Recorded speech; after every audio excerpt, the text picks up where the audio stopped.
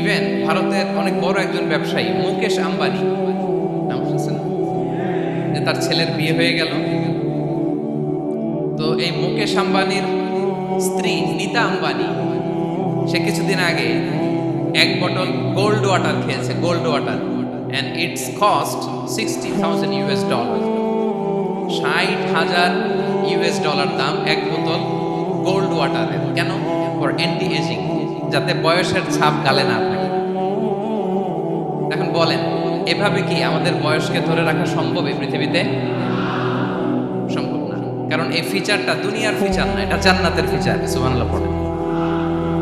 তাহলে জান্নাতে কেউ অসুস্থ হবে না, জান্নাত হবে চির যৌবন, চির যৌবনা। ওখানে আমরা যুবক থাকবো, প্রত্যেকে 33 বছরের যুবক যুবতী হয়ে জান্নাতের। বিষ্ণু ইসলাম বলেন, আহলুল জান্নাতি জুরদা ওয়া মুরদা ওয়া আবনা 30 ওয়া 30। জান্নাতে যারা যাবে শুভ্র দাড়িবিহীন, প্রত্যেকে হবে 33 বছর বয়সের। ওই যে 33 বছর বয়সে একবার ঢুকলেন আর বয়স বাড়বে না, ওইটাই চিরকাল ওই বয়স পাবে। জান্নাতের আরেকটা ফিচার হচ্ছে নো ফ্রাস্ট্রেশন, কোনো চিন্তা নাই, দুশ্চিন্তা নাই, হাইপার টেনশন নাই, সজীব প্রাণবন্ত। জান্নাতের আরেকটা ফিচার হচ্ছে there is no expiry date in জান্নাত। এক্সপায়ারি ডেট আছে? জান্নাতে যে ঢুকবো 7 দিনের জন্য চেক ইন, নাকি চেক ইন কয় দিনের জন্য? 7 দিন 10 দিন পরে চেক আউট করে ফেলবে, এরকম। নো এক্সপায়ারি ডেট, আজীবন। একবার এন্ট্রি পেলে বের হওয়ার টেনশন নাই। আল্লাহু আকবার। তাহলে no expiry date, brother, it's eternal, আজীবন থাকবে, খালিদিনা ফিহা, চিরকাল থাকবে। এবং জান্নাতের সবচাইতে গুরুত্বপূর্ণ ফিচার হচ্ছে there will be no death in জান্নাত। জান্নাতে আপনার আর মৃত্যু হবে না, মৃত্যুর বিদায় হবে। তার মানে আপনি অমর হবেন।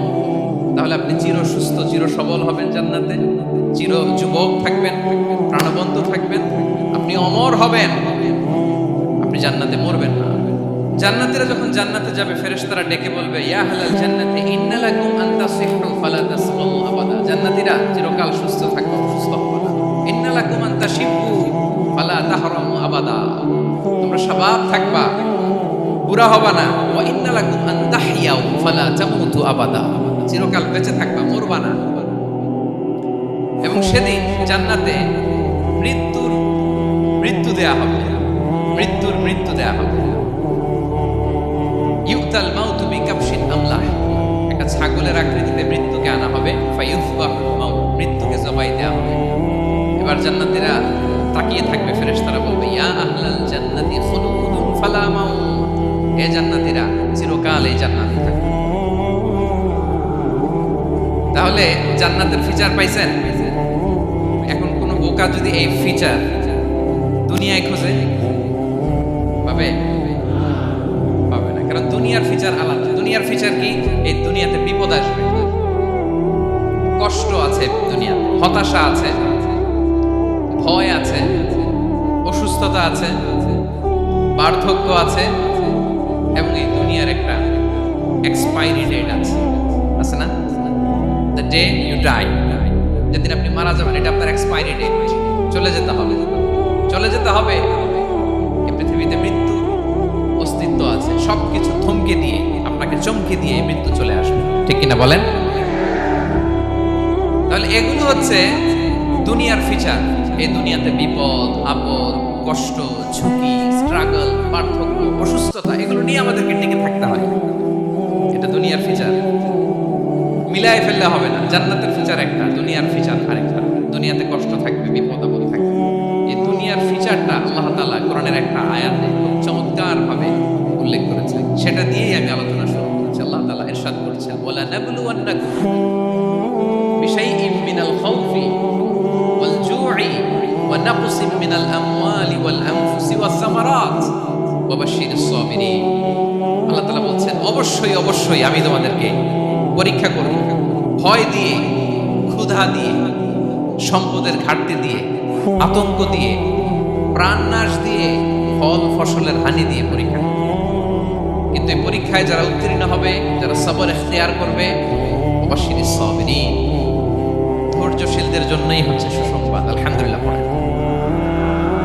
তাহলে সম্মানিত সুধী, আমরা বুঝতে পারলাম এই পৃথিবীর ফিচার হচ্ছে এখানে বিপদ থাকবে, বিপদ ছাড়া কেউ থাকবে না। স্ট্রাগল থাকবে, কষ্ট থাকবে, ঝুঁকি থাকবে, রিস্ক থাকবে, এবং নানা ধরনের বিপদ আপদ দিয়ে আল্লাহ তাআলা আমাদেরকে পরীক্ষা করবেন।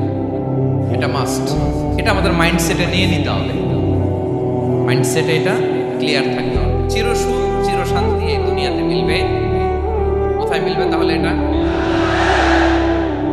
তাহলে বিপদ আসবেই, আপদ আসবেই, পরীক্ষা থাকবেই আমাদের জীবনে। তবে ইন্টারেস্টিংলি মজার বিষয় হচ্ছে পরীক্ষাটা এক একজনের এক এক রকম। পুরো পৃথিবীটা একটা পরীক্ষা ক্ষেত্র, কিন্তু কারো প্রশ্নপত্রের সাথে কারো প্রশ্নপত্রের কোনো মিল নেই।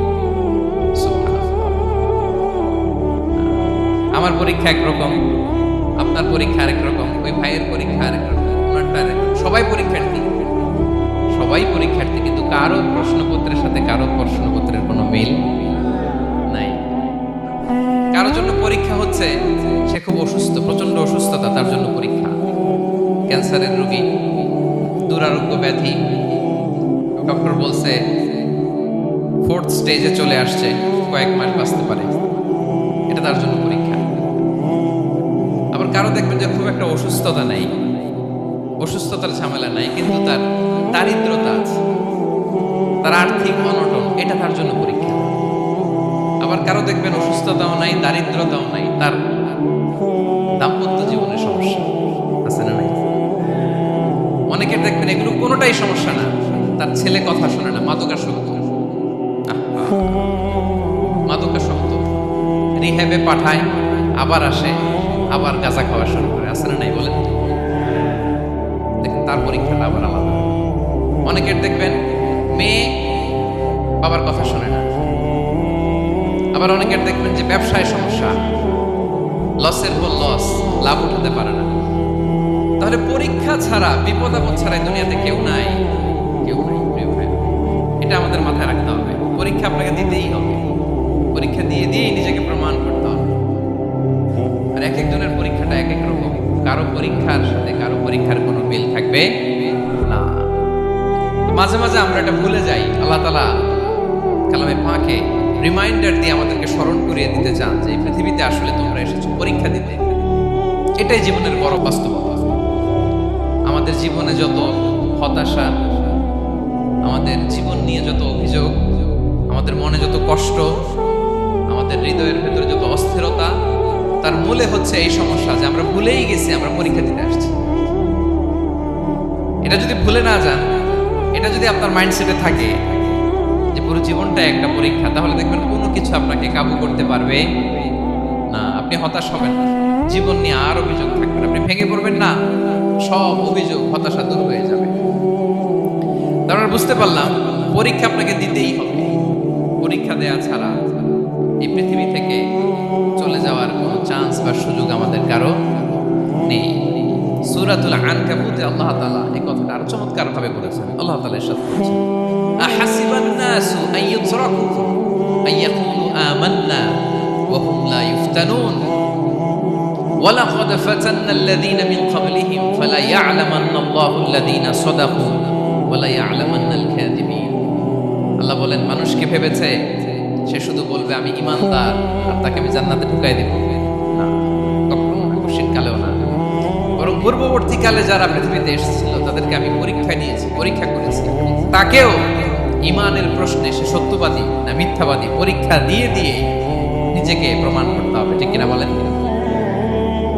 পরীক্ষা দিয়ে আপনাকে প্রমাণ করতে হবে। এবং এই পরীক্ষার ব্যাপারটা এটা যে শুধু আমরা সাধারণ মানুষ আমাদের জীবনে দুঃখ বিপদ পরীক্ষা এমনটা না। এই পৃথিবীর সবচেয়ে শ্রেষ্ঠ মানুষ যারা ছিলেন তাদেরকে আল্লাহ পরীক্ষা নিয়েছেন। বলেন তো এই পৃথিবীতে সবচাইতে শ্রেষ্ঠতম মানুষ কারা? সবচাইতে শ্রেষ্ঠ ভালো মানুষ কারা ছিলেন পৃথিবীতে? বলেন তো নবীরা। আওয়াজ করে বলেন তো কারা? বলেন তো নবীদের জীবনে পরীক্ষা ছিল কি ছিল না? হ্যাঁ ছিল। বেশি না কম? বিষ্ণু ইসলামকে জিজ্ঞাসা করা হলো, আইয়ুন নাসি আশাদ্দু বালাআন ইয়া রাসূলুল্লাহ, হে আল্লাহর রাসূল এই পৃথিবীতে কাদের জীবনে পরীক্ষা বেশি? বিষ্ণু ইসলাম বললেন, আল আম্বিয়া, নবীদের জীবনে। আল আম্বিয়া সুম্মাল আমসাল ফাল আমসাল, সবচাইতে জীবনে পরীক্ষার সম্মুখীন সবচাইতে বেশি হয়ে নবীদের পরবর্তী অবস্থান যাদের, সিদ্দিকীন যারা, সোহাদা যারা, সলিহীন যারা, আল্লাহওয়ালা যারা, তাদের জীবনে পরীক্ষা বেশি। ইউবতালার রাজুলু আলা হাসাবি দীনি, ব্যক্তির দিনদারি যত বেশি তার জীবনে আল্লাহর পরীক্ষাও তত বেশি। আপনি আল্লাহওয়ালা হবেন, আপনার জীবনে পরীক্ষাও অনেক বেশি।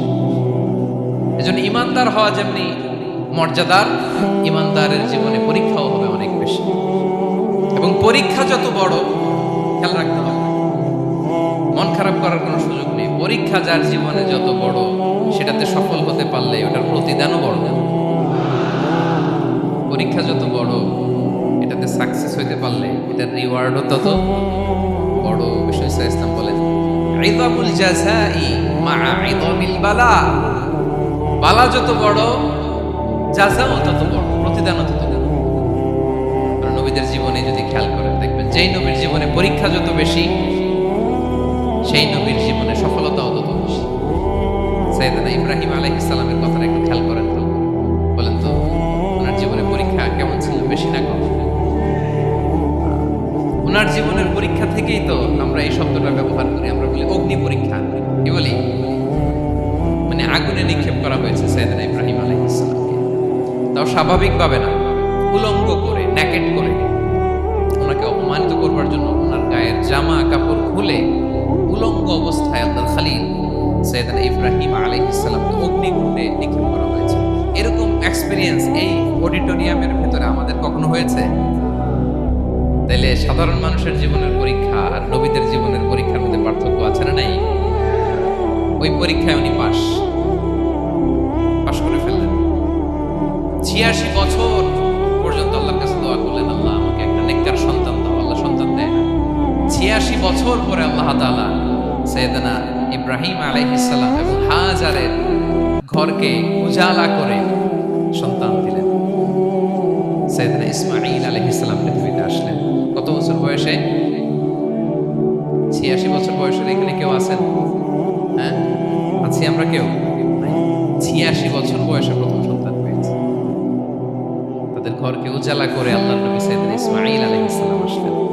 এবার আল্লাহ বললেন, যাও স্ত্রীকে আর এই কলিজার টুকরা সন্তানকে, থাকো তো প্যালেস্টাইনে, প্যালেস্টাইন থেকে ১৫০০ কিলোমিটার দূর, দ্য ব্যারেন ল্যান্ড, ওই মক্কার ধুধু মরু প্রান্তরে রেখে আসো, যেখানে কেউ নাই, মানুষ নাই, গাছ নাই, পাখি নাই, পানি নাই, যাও রেখে আসো।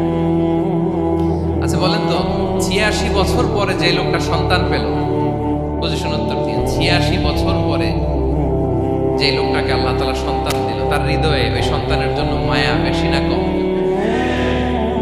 এমনি তো আমাদের প্রথম সন্তানের হিস্ট্রিটা একটু খেয়াল করেন তো। প্রথম আমাদের যে মেয়ে হয়েছিল বা যাদের ছেলে হয়েছিল, তার প্রতি আদর, সোহাগ, দরদ, ভালোবাসা, আল্লাহ কত ছিল।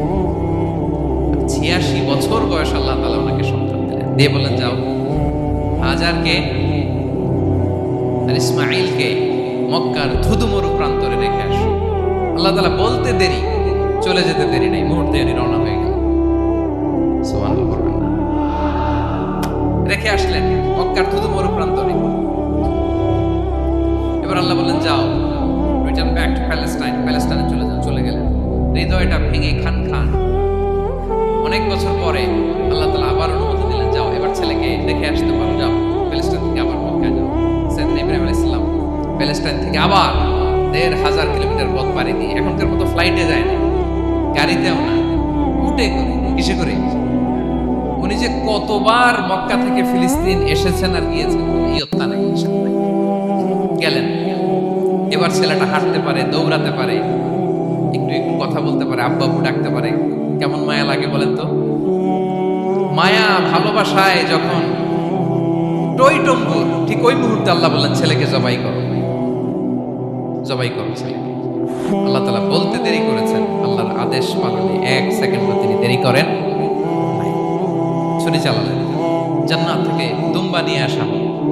এভাবে আল্লাহর নবী ইব্রাহিম আলাইহিস সালাম ওনার জীবনের প্রতিটি ক্ষেত্রে যেখানে আল্লাহ তাআলা ওনাকে পরীক্ষা নিয়েছেন, উত্তীর্ণ হয়েছেন। এবং দেখেন ওনাকে আল্লাহ তাআলা কি উপহার দিলেন, আল্লাহ তাআলা ওনাকে খলিলুল্লাহ উপাধি দিলেন, আল্লাহর বন্ধু। সুবহানাল্লাহ।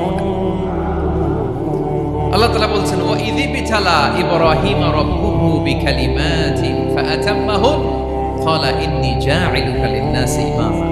আল্লাহ অনেকগুলো পরীক্ষা নিয়েছেন, প্রতিটা পরীক্ষায় সাকসেসফুলি পাস করেছেন, গোল্ডেন এ প্লাস। আল্লাহ বলেন ইন্নী জাঈলুকা লিন-নাসি ইমামা, I'm gonna make you the leader for the entire human being. I'm gonna appoint you as a leader for the entire universe. গোটা বিশ্বের জন্য, গোটা মানবতার জন্য আমি তোমাকে লিডার বানাই দিলাম। ইযামুল জাযাই মা'a ইযামিল বালা। পরীক্ষা যত বড়, ওই পরীক্ষায় পাশ করলে ওইটার ফলাফল ও প্রতিদানও বড়। তাহলে দেখেন প্রিয় ভাইরা, সাইয়েদনা ইব্রাহিম আলাইহিস সালামের জীবনে পরীক্ষার কোনো শেষ ছিল না। আমি আপনি কোথায়? আল্লাহর খলিলের জীবনে যদি এত পরীক্ষা থাকতে পারে, আমি আপনি কোথায় বলেন তো? এবার বলেন, সাইয়েদনা মূসা আলাইহিস সালাম, ওনার জীবনে তো কোনো পরীক্ষা টরীক্ষার ছিল না। গুণে শেষ করতে পারবেন? জন্মটাই তো হয়েছে পরীক্ষার মধ্য দিয়ে। মিশরের ছেলে সন্তান হইলে ফেরাউন বলছে জবাই করো। ওনার মা এরকম সিন্ধুকে করে ভাসায় দিলেন নীল নদীতে। আল্লাহু আকবার! কি একটা রোমাঞ্চকর পরিস্থিতির মধ্য দিয়ে আল্লাহ তাআলা ওনাকে বাঁচালেন। জন্মই হয়েছে পরীক্ষার মধ্যে। বড় হইলেন, ফেরাউনের ভয়ে দেশ ত্যাগ করলেন, মিশর থেকে মাদিয়ান। আবার আল্লাহর আদেশে যখন ফিরে আসলেন, আবার ফেরাউনের সাথে তর্ক বিতর্ক, যুদ্ধ। একটা রাত আল্লাহ নবী মূসা আলাইহিস সালাম শান্তি মতো মিশরে ঘুমাতে পারেনি। একটা রাত শেষ পর্যন্ত এই ফেরাউন মূসা আলাইহিস সালামকে ধাওয়া করেছে। ফেরাউনের ধ্বংসের আগ পর্যন্ত সে মূসা আলাইহিস সালামকে ধাওয়া করেছে। তার মানে মূসা আলাইহিস সালাম এই বিপদ আপদ পরীক্ষা এগুলো থেকে মুক্তি পান নাই। এবার বলেন ঈসা আলাইহিস সালামের কথা, ওনার জীবনে তার পরীক্ষা ছিল না? কি পরীক্ষা ছিল?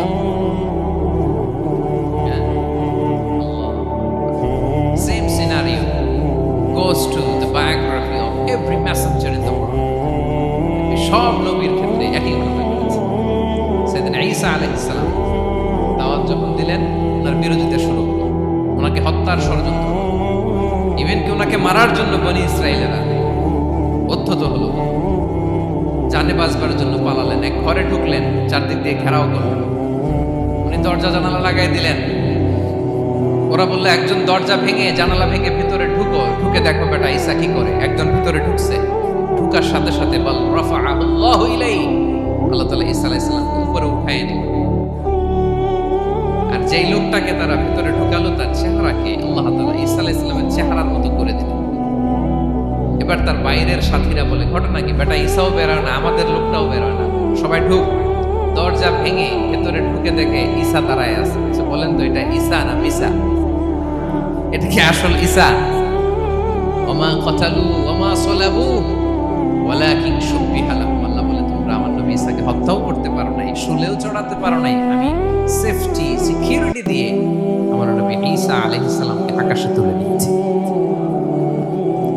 তাহলে ওনার জীবনে পরীক্ষার শেষ ছিল না। এবার যদি আমরা বিশ্বনবী সাল্লাল্লাহু আলাইহি ওয়াসাল্লামের জীবনের দিকে তাকাই, ওনার জীবনটা দেখেন তো। আমাদের প্রিয় নবী বিশ্বনবী মুহাম্মদুর রাসূলুল্লাহ সাল্লাল্লাহু আলাইহি ওয়াসাল্লাম, ওনার জীবনে কি স্ট্রাগল ছিল? স্ট্রাগল। মাক্কি জীবনের কথা যদি একটু খেয়াল করেন, দেখেন তো 3 বছর শিয়াবে আবি তালেবে জেল খেটেছেন, না খেয়েছিলেন। ওনার বংশের লোকেরা প্রথমে ছাগল খেয়েছে, ছাগলগুলো যখন শেষ, ছাগলের চামড়াগুলো শুকিয়ে ওইটা খেয়েছে। গাছের পাতা ছাল এগুলো খেয়ে খাবারের অভাবে বেহুশ হয়ে পড়ে থাকতো তারা, না খেয়ে। না খেয়ে কয়দিন ছিলেন আপনি? আমি কয়দিন ছিলাম না খেয়ে? মনেই তো পড়ে না, না খেয়েছিলাম কিনা। এ হচ্ছে মাক্কি জীবন। মেন্টালি প্রেসার দেয়া হয়েছে। বিশ্বনবীর চাচা আবু লাহাব, তার 2 ছেলে উতবা আর উতাইবা, এদের সাথে বিয়ে দিয়েছিলেন 2 মেয়ের।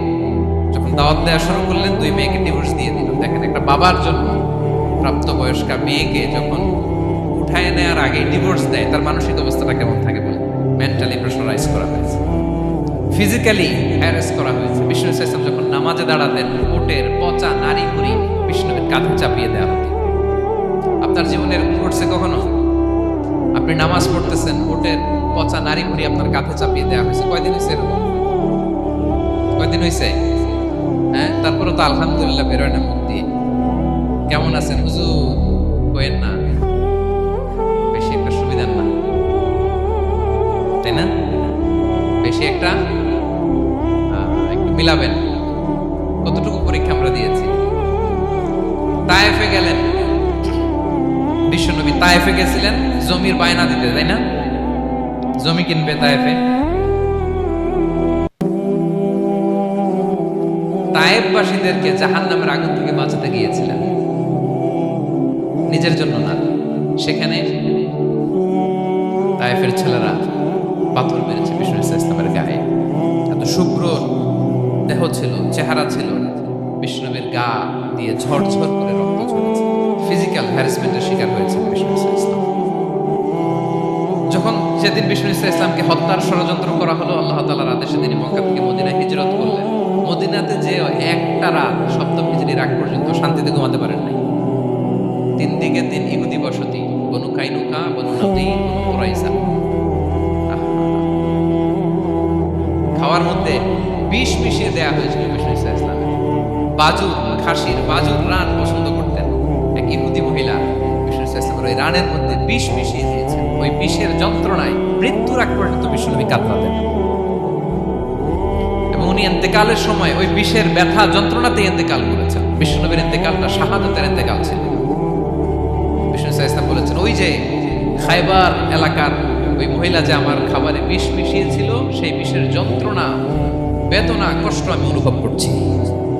খেয়ে না খেয়ে দিন প্রচারের কাজে নিজেকে দিয়েছ বিলিয়ে। তায়েফের কাফিরেরা চিনল না সে আলো, দুষ্ট ছেলেদের পিছু দিল লেলিয়ে। পাথরের আঘাতে ক্ষত বিক্ষত হয়ে সারা শরীর থেকে রক্ত ঝরে। হে রাসূল, তোমাকে ভুলি আমি কেমন করে। হে রাসূল, তোমাকে ভুলি আমি কেমন করে। হাজার ব্যথা বেদনার পরে ফিরে আসনি তুমি আপন ঘরে। দিনের আলো তুমি ছড়িয়ে দিতে চলে গেলে মদিনায় মক্কা ছেড়ে। হে রাসূল, তোমাকে ভুলি আমি কেমন করে। হে রাসূল, তোমাকে ভুলি আমি কেমন করে। ঠিক কিনা বলেন? একটা রাত শান্তিতে, শান্তির ঘুম তিনি দিতে পারেন নাই। প্রিয় ভাইরা, তাহলে আমরা কি বুঝলাম? বিশ্বনবীর জীবনে পরীক্ষা ছিল কি ছিল না? আমাদের উপায় আছে? আমরা বাঁচতে পারবো এই বিপদ আপদ পরীক্ষা ঝঞ্ঝাল থেকে? বাঁচতে চাইলেও বাঁচতে পারবো? পারবো। ইমাম মালিক আলাইহি রাহমাহ নাম শুনেছেন? ইমাম মালিক, ওনার জ্ঞান থেকে লাখো লাখো মানুষ উপকৃত হয়েছে, কোটি কোটি মানুষ উপকৃত হয়েছে। মদিনার রাস্তায় রশি দিয়ে ওনাকে টেনে হিচড়ে এক এলাকা থেকে আরেক এলাকায় নিত জালেম বাদশাহ ইমাম মালিক আলাইহি রাহমাহ। ইমাম আহমদ ইবনে হাম্বল, ওনাকে বেত্রাঘাত করা হতো, চাবুক দিয়ে পেটানো হতো। আমাদের মাযহাবের ইমাম আল ইমাম আল আযম আবু হানিফা আলাইহি রাহমাহ, ওনাকে কারাবন্দী করা হয়েছিল। তার মানে দেখেন, যত বড় বড় স্কলার, যত বড় বড় মাশায়েখ, এমনকি আম্বিয়া আলাইহিস সালাম, ওনারাও পরীক্ষা বিপদ আপদ থেকে রেহাই পান। পাইছে? তাহলে আপনি আর আমি পাবো? বলেন তো। তাহলে এটা আমাদের ব্রেইনে গেঁথে নিতে হবে যে জীবন মানেই এখানে বিপদ থাকবে, পরীক্ষা থাকবে, স্ট্রাগল করে করে আমাকে আগাতে হবে। কেউ আমার জন্য রেড কার্পেট বিছিয়ে রাখবে না। এই জীবনটা বড় জটিল। This is life, how it's design. এভাবেই পৃথিবীকে ডিজাইন করা হয়েছে। এখানে বিপদ আছে, কষ্ট আছে। এই পরীক্ষা দিয়ে দিয়ে আপনাকে উত্তীর্ণ হতে হবে। বুঝতে পেরেছেন প্রিয় ভাই? নাও দ্য কোশ্চেন অ্যারাইজ, একটা প্রশ্ন হচ্ছে, কেন আল্লাহ এই পরীক্ষা নেন? কেন? আল্লাহ তাআলা সূরা মুলকে বলেছেন, এই পৃথিবী সাজানোর, এই জীবন মৃত্যুর এই খেলা, এর উদ্দেশ্যটাকে আল্লাহ তাআলা স্পষ্ট করে বলেছেন। আল্লাযী খালাকাল মাউতা ওয়াল হায়াতা লিয়াবলুয়াকুম আইয়ুকুম আহসানু আমালা। জীবন মৃত্যু দিয়ে তোমাদের সাজানো হয়েছে এজন্য, যাতে করে তিনি তোমাদের পরীক্ষা করতে পারেন। কি করতে পারেন? তোমাদের মধ্যে কে সৎকর্মে অগ্রগামী, কে কাজে ভালো, আমলে ভালো, এটা দেখার জন্য। বেসিকলি আল্লাহর দেখার প্রয়োজন নাই, আমাদেরকে দেখানোর জন্য এই পরীক্ষার আয়োজন। আমি ভালো করবো না খারাপ করবো এটা আল্লাহ জানে না? তোমার পরীক্ষা করা লাগে কেন? কথা বলেন। আমি জান্নাতি না জাহান্নামী এটা আল্লাহ জানেন না? বেসিকলি আমাদেরকে জানানোর জন্য এই পরীক্ষার আয়োজন। কাদেরকে জানানোর জন্য? মানে তুমি জেনে যাও তুমি জান্নাতি না জাহান্নামী, আমি ভালো করেই জানি। একটা ছোট্ট উদাহরণ দিলে বুঝতে পারবেন প্রিয় ভাইয়েরা। ধরেন আল্লাহ তাআলা দুইজনকে সৃষ্টি করলেন। উদাহরণস্বরূপ একজনের নাম আব্দুল্লাহ, আরেকজনের নাম আব্দুর রহমান। সৃষ্টির পরে আব্দুল্লাহকে বললেন, আব্দুল্লাহ আমি জানি তুমি পৃথিবীতে 50 বছর হায়াত পাইতা, খুব ভালো কাজ করতে, তুমি দুনিয়াতে অনেক ভালো কাজ করতে, এটা আমি আগেই জানি, আমার অসীম জ্ঞান বলে আমি আগে থেকেই জানি। তো যাও, তোমার এই মাত্র সৃষ্টি করলাম, যাও তুমি জান্নাতে ঢুকে যাও, কারণ আমি জানি তুমি জান্নাতি হবে। আচ্ছা, আর আব্দুর রহমান তুমি পৃথিবীতে খুব খারাপ কাজ করতে, এটা আমি জানতাম, তোমার পাঠাইলে খারাপ কাজ করবা, তুমি সীমালঙ্ঘন করবা, অন্যায় করবা, অপরাধ করবা, তুমি জাহান্নামী হবা, যাও। যেহেতু আমি জানি পরীক্ষার আর দরকার নেই, তোমারে জাহান্নাম দিয়ে দিলাম, যাও ঢুকে যাও। আব্দুল্লাহ ঠিকই জান্নাতে ঢুকে যাবে, আব্দুর রহমান কি ঢুকবে? ঢুকবে। সে বলবে, আল্লাহ এই মাত্র আমারে বানাইলেন, এই মাত্র আপনি আমাকে সৃষ্টি করলেন, সৃষ্টি করেই বলতেছেন তুমি জাহান্নামে যাওয়ার, বলতেছেন আমি জানি দুনিয়াতে পাঠালে তুমি খারাপ কাজ করবা, তুমি জাহান্নামী হবা, পাঠানোর আর কি দরকার, আগে থেকে জাহান্নামে যাও। আল্লাহ আপনি জানলে জানতে পারেন, আমি তো জানি না। ঠিক কিনা বলেন? সে বলবে, না আল্লাহ আপনি ভুল বলতেছেন, এই দুনিয়াতে পাঠাইলে আমি খুব ভালো কাজ করতাম, আমি সীমালঙ্ঘন করতাম না, নামাজ পড়তাম, রোজা রাখতাম, হজ করতাম, যাকাত দিতাম, সাদাকা করতাম, চ্যারিটি করতাম, জনকল্যাণকর সব ভালো কাজগুলো আল্লাহ আমি করতাম। এজন্য আল্লাহ তাআলা পরীক্ষার আয়োজন করেছেন, যাতে করে তুমি জেনে যাও যে পৃথিবীতে তুমি কি করেছো। এখন আর আল্লাহকে এক্সকিউজ দেওয়ার সুযোগ নেই। আচ্ছা বলেন তো, আবু জাহেলকে যদি আল্লাহ এখন কিয়ামতের দিন বলে, আবু জাহেল go to the hell fire, আবু জাহেল কিছু বলার সুযোগ আছে? কারণ ও দুনিয়াতে কি করে আসছে এটাও জানে না। ফেরাউনকে ডেকে যদি আল্লাহ বলে, ফেরাউন তুমি জাহান্নামে যাও, go to the hell fire, ওর কি কোনো এক্সকিউজ দেওয়ার সুযোগ আছে? বলেন, সুযোগ আর আছে? কারণ তুমি দুনিয়াতে কি করেছো তোমার চেয়ে ভালো কেউ আর জানে। পৃথিবীতে এই পরীক্ষার এই আয়োজনের সবচাইতে বড় উদ্দেশ্য হচ্ছে যাতে করে আমরা দেখে যাই যে আমরা কি কাজ করছি। কেউ যখন পরীক্ষা দেয় প্রিয় ভাইরা, ওই পরীক্ষায় কত পাবে তার একটা হিসাব আছে না? বলেন, আপনি গণিত পরীক্ষা দিয়ে আসছেন, যে 100-তে 100 পাবে সে বলতে পারে আমার সব অঙ্ক হয়েছে, ঠিক কিনা বলেন? আর যে লাড্ডু গুড্ডু বুঝছেন তো, কিছুই পারে নাই, ঘোড়ার ডিম, তারও একটা হিসাব আছে যে সে কিছুই লিখে আসতে পারে নাই। এই পৃথিবীতে এই পরীক্ষার আয়োজনের প্রধানতম কারণ হচ্ছে যাতে করে আমরা বুঝে যেতে পারি যে আমরা কোথায় যাব, জান্নাতে না জান্নাতে। প্রিয় সুধী, এ পর্যায়ে আমরা জানবো এই যে পরীক্ষা আল্লাহ তাআলা নিচ্ছেন আমাদেরকে, এই পরীক্ষায় সফল হওয়ার মূল মন্ত্র কি। কোরআনে বিভিন্ন আয়াতে এই পরীক্ষার কথা বলা হয়েছে এবং এই পরীক্ষার সফলতার মূল মন্ত্র কোরআনে ঘোষিত হয়েছে। আলহামদুলিল্লাহ বলেন।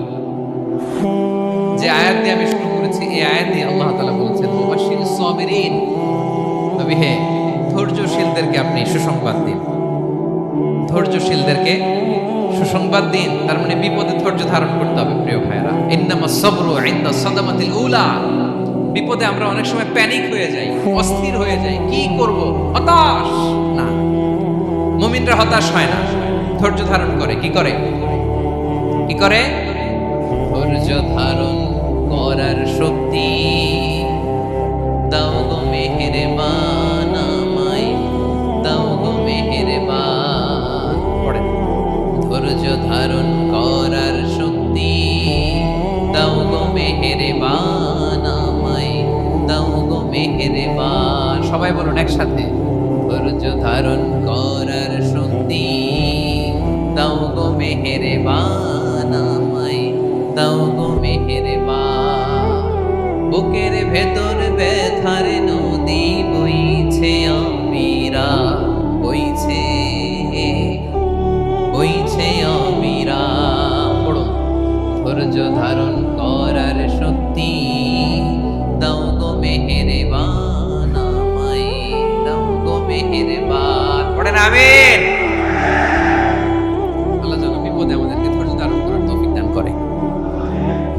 ভাইরা, ধৈর্য এটা এমন একটা গাছ যে গাছের সারা গায়ে কাটা, কিন্তু এই গাছের ফলটা বড় সুস্বাদু। আই রিপিট, আমি আবার বলছি, ধৈর্য এটা এমন একটা গাছ যে গাছের সারা গায়ে কাটা, কিন্তু ফলটা বড় মিষ্টি, ফলটা বড় সুস্বাদু। সবাই ধৈর্য ধারণ করতে পারে। বিষ্ণু ইসলামকে আল্লাহ তাআলা নানা সময় আশ্বস্ত করেছেন, সান্ত্বনা দিয়েছেন, আর ধৈর্যের বাণী শুনিয়েছেন। আল্লাহ বলেন, ফাসবির কামা সবারা উলুল আজমি মিনার রাসূল। নবী হে, আপনার আগে দৃঢ় প্রত্যয়ী নবীরা যেরকম ধৈর্য ধারণ করেছে, আপনিও ধৈর্য ধারণ করুন। সূরাতুল মুজাম্মিল আল্লাহ তাআলা বলছেন, ওয়াসবির আলা মা ইয়াকুলুনা ওয়াহজুরহুম হাজরান জামিলা। ওরা যাই বলুক, আপনি ধৈর্য ধারণ করুন, ওদের কথাকে ইগনোর করুন। Just ignore what they are saying to you. যা বলে আপনি জাস্ট ইগনোর করেন। ওরা বিষ্ণু ঈসা ইসলামের মনোবলকে ভেঙে দেওয়ার জন্য কখনো বিষ্ণু ঈসা ইসলামকে কবি বলে গালি দিত। কবি কি বলতো? শায়ের। কখনো বলতো মজনুন, পাগল। নাউজুবিল্লাহ পড়বেন না? পাগল বলে গালি দিত। মাঝে মাঝে বলতো কাহিন, গণক। মাঝে মাঝে বিষ্ণু ঈসা ইসলামকে তারা বলতো আবতার, লেস কাটা। মুহাম্মদ, তোমার ছেলে নাই, তোমার বংশ নির্বংশ হয়ে গেছে, তোমার নাম নেয়ার মতো কেউ নাই। আহা, কপাল পোড়া। গোটা বিশ্বব্যাপী বিষ্ণু ঈসা ইসলামের সুনাম সুখ্যাতি ছড়িয়ে দিয়েছে কে? আকাশ বাতাস মাড়িয়ে, সাত আকাশ ছাড়িয়ে আল্লাহর আরশ পর্যন্ত আল্লাহ তাআলা বিষ্ণু নবীর সুনাম সুখ্যাতিকে সুউচ্চ করেছেন। ঠিক কিনা বলেন? ইগনোর করুন। আপনাকে কবি বলে, গণক বলে, আপনাকে পাগল বলে, আপনাকে লেস কাটা বলে, জাস্ট ইগনোর দেন। বর্তমান সময়েও নানা ধরনের ট্যাগ আমাদেরকেও দেয় কি দেয় না বলেন? দেয়। আমাদেরকে কি বলে? মৌলবাদী বলে, বলে বলে ওই যে রাজাকার বলে। রাজাকার রাজাকার খেলার দিন শেষ। মন মতো হইলে মুক্তিযোদ্ধা, মন মতো না হইলে রাজাকার, এই দিন শেষ। ওই দিন আর নাই। এই কার্ড দিয়ে আর খেলার দিন নাই। এগুলো মানুষ আর খায় না এখন, এগুলো গিলে না আর। সাধারণ মানুষ বড্ড সচেতন। দেখেন, কালের বিবর্তনে, সময়ের আবর্তনে একই পরিক্রমা আমাদেরকেও ট্যাগিং করে। আমাদেরকে মৌলবাদী বলে, ব্যাকডেটেড বলে, রাজাকার বলে, জঙ্গি বলে, যুদ্ধাপরাধী বলে। আছে না এরকম? ওয়াসবির আলা মা ইয়াকুলুন, নিজের সাথে মিলায় না। যা বলে ধৈর্য ধারণ করো।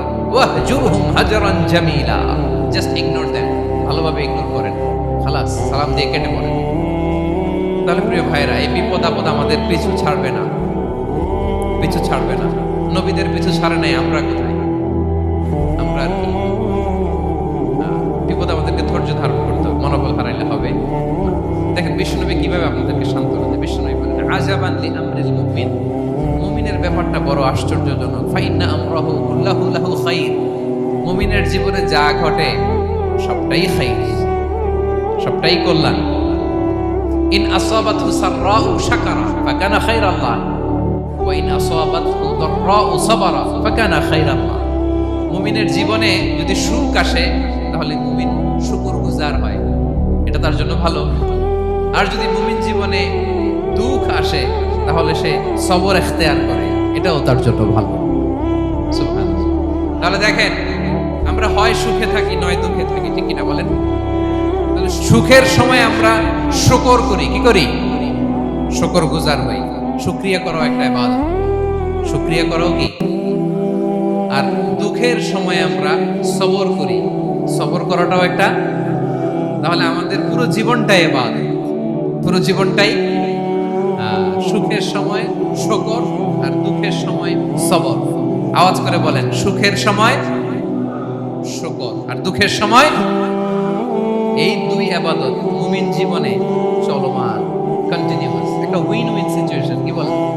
উইন উইন হয়ে গেল না? যেই পরিস্থিতিতেই থাকে আমাদের জন্য লাভ। আল্লাহু আকবার। তাহলে প্রিয় ভাইরা, এটাই জীবনের বাস্তবতা। সবর আমাদেরকে ইখতিয়ার করতে হবে, হতাশ হওয়া যাবে না। অনেকে আমরা অল্পতে হতাশ হই, এই যে আমরা ধৈর্য ধারণ করছি, এর ফল পাচ্ছি না? দীর্ঘ 1.5 দশক ধরে ধৈর্য ধারণ করছেন না আপনারা? এখন মুক্তি, স্বাধীনতা, বিজয় এনে দিয়েছে কে? ধৈর্য ধারণ করুন। ধৈর্যের যে ফলাফল, এটা বড় মিষ্টি। ধৈর্য এমন একটা গাছ, এই গাছের সারা গায়ে কাটা, কিন্তু এর ফলটা বড় সুস্বাদু, এর ফলটা বড় মিষ্টি। ধৈর্য ধারণ করার অভ্যাস করতে হবে প্রিয় ভাইরা। মুমিন হতাশ হয় না, হাল ছেড়ে দেয় না। মুমিন ভরসা রাখে একজনের উপর, তিনি কে? লা তাইয়াসু মির রাউহিল্লাহ, ইন্নাহু লা ইয়াইয়াসু মির রাউহিল্লাহি ইল্লাল কওমুল কাফিরুন। আল্লাহর রহম থেকে, রহম থেকে নিরাশ হয়ে যাও। কাফির ছাড়া, অকৃতজ্ঞ ছাড়া কেউ আল্লাহর রহ থেকে, আশা থেকে নিরাশ হয় না। শয়তানের সবচেয়ে বড় মিশন হলো আমাদেরকে হতাশ বানানো। এটা খেয়াল রাখবেন। শয়তানের সবচাইতে বড় মিশন কি? আমাদেরকে হতাশ করে দেয়া। হতাশ বানাইতে পারলে সে সাকসেসফুল, খুশি। কিন্তু আমরা এত সহজে হতাশ হই না, আমরা নিরাশ হই না, আমরা বিপদে হাল ছেড়ে দেই না। আমরা ভরসা রাখি এক মহান সত্তার উপর, তিনি কে? মনে থাকবে, বিপদ আসলে ভেঙে পড়বেন, ভিসা না হইলে কান্নাকাটি শুরু করবেন, ব্যবসায় লস হইলে হাউমাউ, হ্যাঁ, দেশ থেকে কোনো দুঃসংবাদ আসলে হতাশ হবেন, ভেঙে পড়বেন। ধৈর্য ধারণ করবো আমরা। আওয়াজ করে বলেন, আমরা কি করব? সবর।